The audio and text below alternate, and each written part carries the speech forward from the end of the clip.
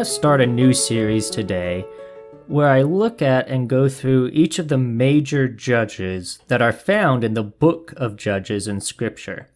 And so we're going to look at the first judge today, but before we look at him, I want us to get a little bit of background information on what was going on with the Israelites at this time. So for that background information, let's look at Judges chapter 2, starting at verse 8. It says that Joshua, son of Nun, the servant of the Lord, died at the age of 110, and they buried him in the land of his inheritance at Timnath-Heres, in the hill country of Ephraim north of Mount Gaash. After that whole generation had been gathered to their ancestors, another generation grew up who knew neither the Lord nor what he had done for Israel. So this is kind of the backdrop for going into the book of Judges, that their last great leader, Joshua, has passed away. And so they're left without any real leader. They don't have someone telling them where to go or what to do and really acting as that mouthpiece of God for them. And after Joshua passes away, what we see happening is that as the generations go on, that they don't convey to the next generation, their upcoming children, about who God is and what God has done for them. That they were led out of Egypt and God took care of them in the desert and all of these things, and they were able to win these battles and all the stuff that God had done for them to show the Israelite people that he was God and he was their God. That they didn't pass that on, they didn't talk about it. And so what was left was a group of Israelites who didn't believe in God. They didn't have any real knowledge of what God had done for them and for their ancestors. And they didn't have a leader to guide them. And so, as we'll see, it led to them turning away from God and accepting some of the gods of the people around them. And it's in that condition that Othniel, who is the first judge, is called. So we'll read about Othniel in Judges chapter 3, the next chapter over, beginning at verse 7. It says, "The Israelites did evil in the eyes of the Lord. They forgot the Lord their God and served the Baals and the Asherahs. The anger of the Lord burned against Israel, so that he sold them into the hands of the Cushan-Rishathaim, king of Aram-Naharaim, to whom the Israelites were subject for 8 years. But when they cried out to the Lord, he raised up for them a deliverer, Othniel, son of Kenaz, Caleb's younger brother, who saved them. The Spirit of the Lord came on him, so that he became Israel's judge and went to war. The Lord gave Cushan-Rishathaim, king of Aram, into the hands of Othniel, who overpowered him. So the land had peace for 40 years, until Othniel, son of Kenaz, died." So here we have this account where the Israelites have turned against God. They're no longer serving God. And it leads to them being in captivity. It leads to their subjugation. And it's then that God appoints a judge to free them from that subjugation. And this example of Othniel doesn't really give us a whole lot of specifics about who Othniel was or what kind of things he did or how he brought freedom to them, other than that he went to war for them. And we'll see as we go through the rest of the judges that this is kind of a generic example of what continues to take place, that the Israelites turn away from God, they become captives, and then a judge comes and frees them. And I want to use this opportunity with Othniel, because it's kind of a more broad example that's given, to talk about some of the broader themes that we see at place from all of the book of Judges. So the first thing that I want to point out from this passage of Scripture is that it talks about the Lord's anger burning against the Israelites. And that's a really big deal because the Israelites are God's chosen people. that he has made a covenant with Abraham and Abraham's descendants, who are the Israelites, that they would be his chosen people and he would take care of them. And yet we are having an example that talks about the anger of the Lord burning against them. And in the previous chapter, it even talked about the Lord's hand coming against them. And so there's already an important lesson here for us to take to heart. Because if God's anger and God's hand will come against his chosen people when they turn from him, then we see that God puts far more importance on our actions than whatever title we have. That even though the Israelites were God's chosen people, God still showed that when you serve me, I'll bless you. If you turn from me, I will not bless you, and my anger and hand will come against you, even if you are still my people. And if that applies to the Israelites, how much more does that apply to any Christian, any follower of Christ? That label of, well, I'm a Christian, doesn't automatically mean that we are doing the will of God and that God is pleased with us and is currently blessing us. Because God's not looking at what do we call ourselves, he's looking at what our lives look like. Do we just say that we're following Christ, or is it reflective in our life? Because when the Israelites stopped living in a way that God had called them to, his anger turned against them, and it led to their captivity, their subjugation by the king of Aram. You see, it's human nature to want to hide behind certain titles that we have and think that they somehow make us protected, like they're the immunity idol from Survivor, right? You can't vote me off the island, I have immunity. And we say, well, of course God's going to bless me, I'm a Christian. And not realize that God isn't looking at that title, he is looking at the condition of our heart. That's what's important to him. And that's what's important to people too. All people place more emphasis on somebody's life and actions and character than they do about what title or position they have.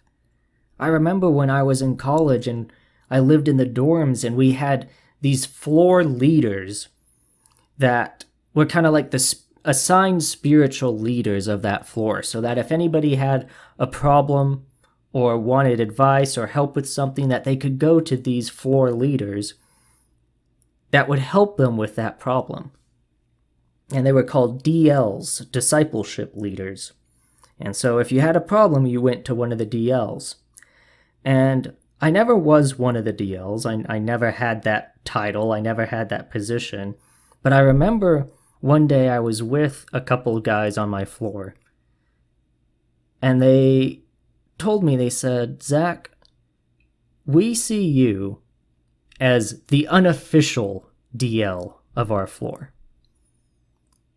Because we know we have, these other DLs, and, they talked about them, and they said, I don't feel like if I have a problem, I don't feel comfortable taking it to them. I don't feel like they would give me good advice. I don't feel like they would take it seriously, all these different things. And they're like, but you have helped me through all of these other times that I've been going through. And you were there. And you gave me good advice. And if I have a problem, I am much more likely to come to you about it.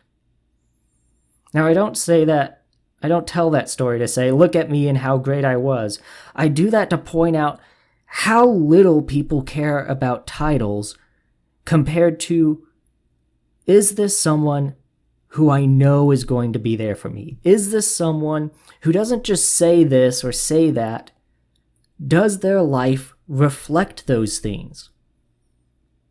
People look at our actions more than our words. They look at our character and lifestyle far more than our title. And that's so true with God as well.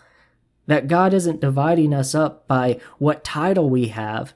He is asking for people to follow him with all their heart, and that it is reflective in their life, that their faith is real enough to make a difference in what kind of life they live. And so if we want to be followers of Christ and walk in the blessings of God, that's not going to come through a title that we have. It's not going to come from saying we're a Christian or saying we're a part of this denomination. And because of that, we're blessed by God, and especially blessed by God more than other people. That's not the key factor. The key factor is, what is our life like? And does our life reflect a condition in our heart that we are following Christ and nothing else? If the Lord's anger burned against the Israelites when they turned from God, his chosen people, then no title that we could have will make us right with God. No title, but rather an acceptance of Christ's sacrifice for us and a willingness to walk in the paths that have been laid for us. That's what God is looking for. It's not about our title, it's about our actions and our life, our character. And it's there in that point where we see Othniel, because it says that the Spirit of the Lord came on Othniel. That when Othniel walked, he walked with the Spirit of God. That God was blessing what he did. We see then that Othniel was not winning this freedom through his own power or his own efforts. He was doing so with God by his side, showing that God had not turned against Othniel, and so therefore Othniel had remained faithful to God in following him. And that's really all we need to know about the character of Othniel, was that he was someone that God would partner with. He was someone that was still faithful to God despite the rest of the Israelites around him doing evil in the eyes of the Lord and having turned from God. That he still remained faithful. And because of that, the Spirit of the Lord came upon him, and he went out and did God's work.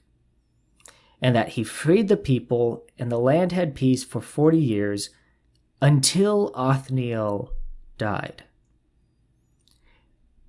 And so in this we see two things. We see that Othniel did God's work, and we also see that Othniel was not a replacement for God. Because as soon as Othniel passed away, the Israelites fell away again.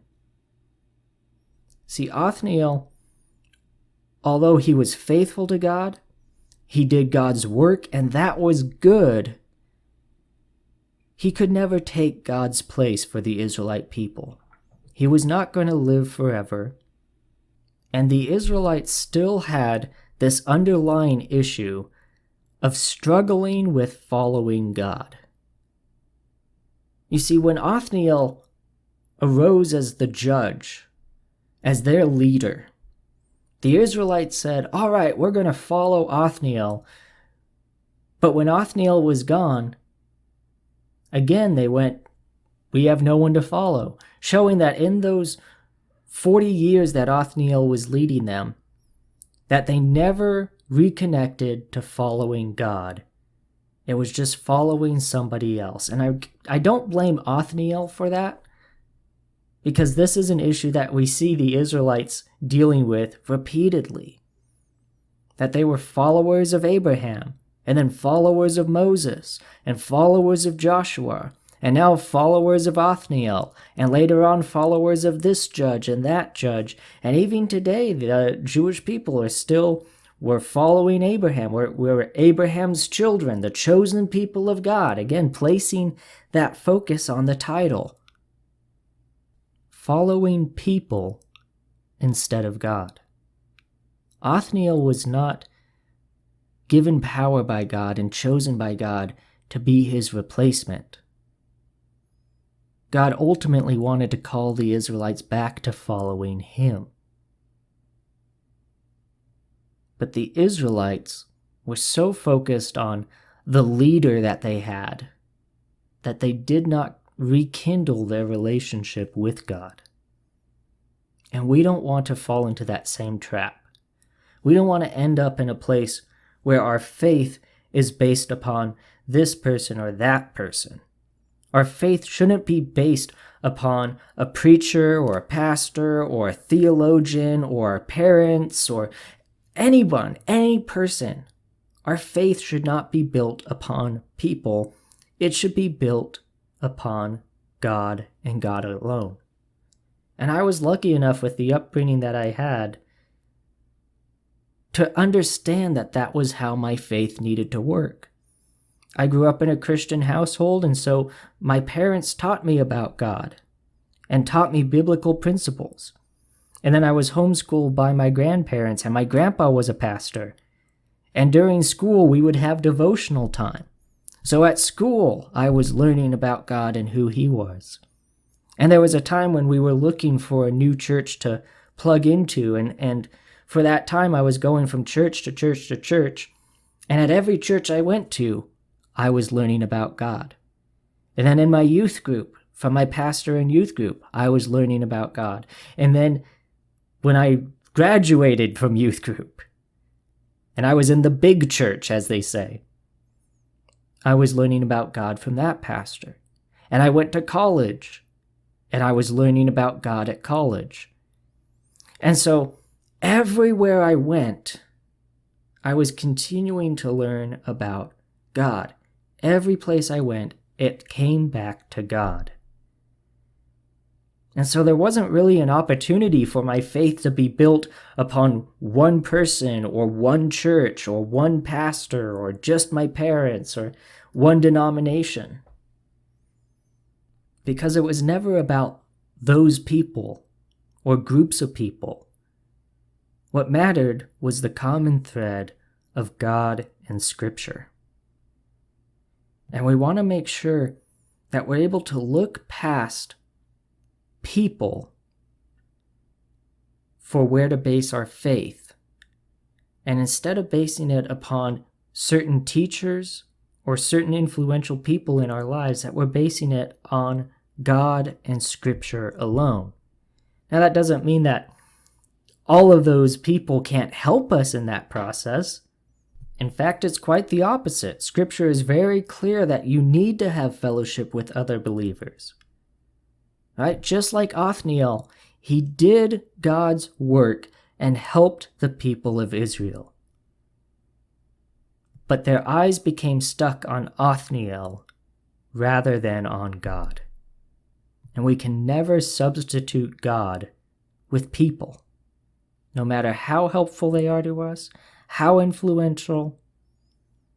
Is our faith based upon what they say, what they teach us, or being a part of this denomination or that group of believers?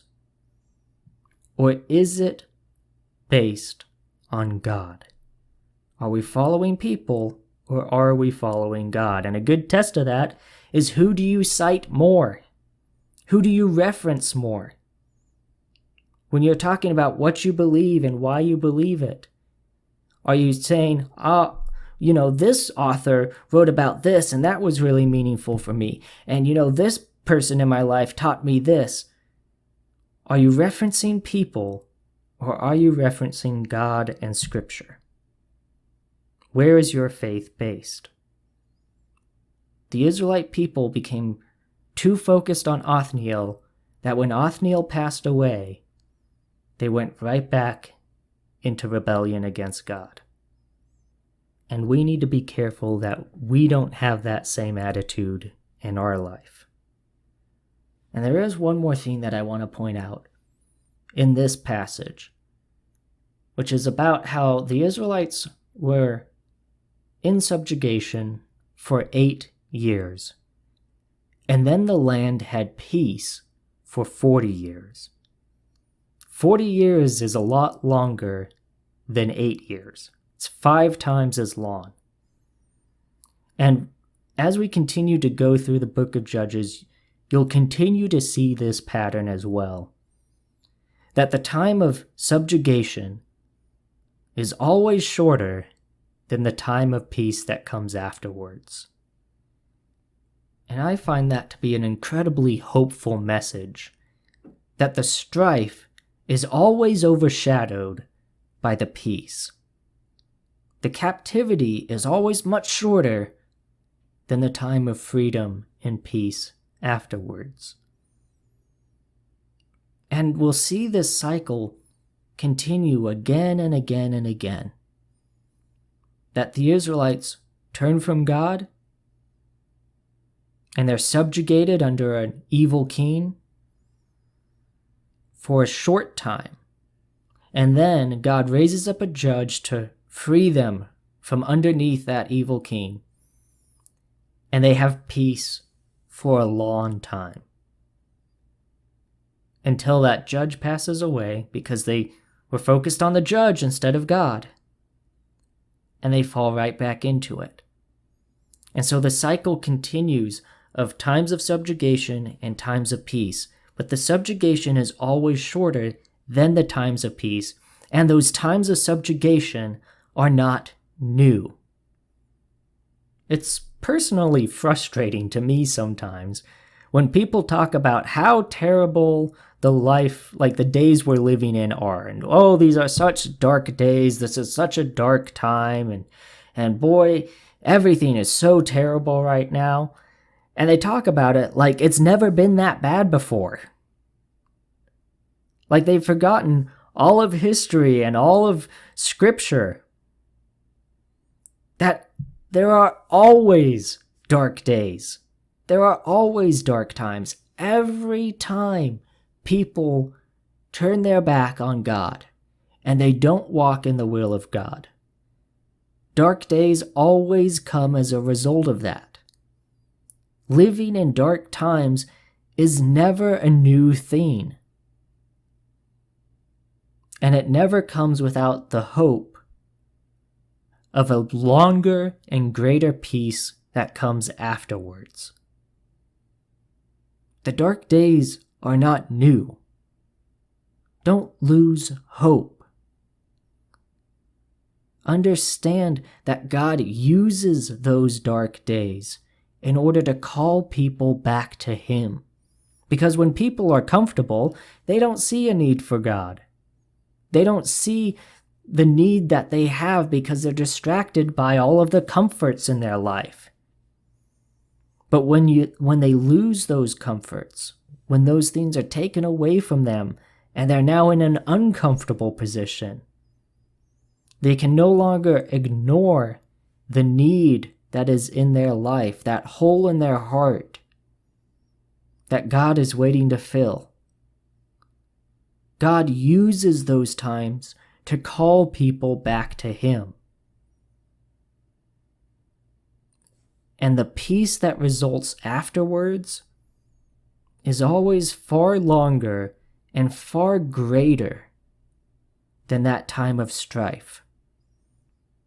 So rather than getting depressed, rather than feeling hopeless, rather than acting like we're all doomed and it's only going to get worse and worse and worse, look at the book of Judges. That shows us a continuous cycle of dark days and times of peace. And realize that these dark days don't last forever. And that when we turn back to Christ, there is something far greater remaining. So rather than being hopeless, we need to remain hopeful for the peace ahead. Because God has shown time and time again that His light shines brightest the darker things are. And He is always calling people into His arms. Just like He does here with Othniel. Othniel becomes the person that God chooses to bring his people back to him? Do you let God use you like Othniel? Do you let God use you to bring people to him?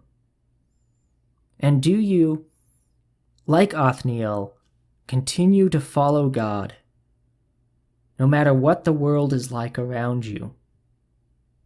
Not just that you say you're a believer, not just saying that you're following God, but is it reflected in your life? Are your eyes fastened upon God or upon other people, other teachers that you like? Who is it that you're following? Are you following God? And are you allowing him to do a work in your life that brings you to this place of hopeful assurance, knowing that God will bring you out of the dark days? Do you trust God, and not anyone else, but God, to mold your life and to move you into the future that he has prepared for you? Are you more like Othniel or the Israelites in this passage? And that's today's Sermon in the Pocket. As always, if you have any comments or questions for me, you can contact me either through the Sermon in the Pocket Facebook page or email me directly at sermoninthepocket@gmail.com. And I'd love to hear any questions you have or just have a discussion with you about all of this or anything else you want to talk about. And I also encourage you to share these messages with others to help get the message of Christ out there. But until next time, thank you for taking the time to listen, and I pray that God will bless you as you go throughout your day.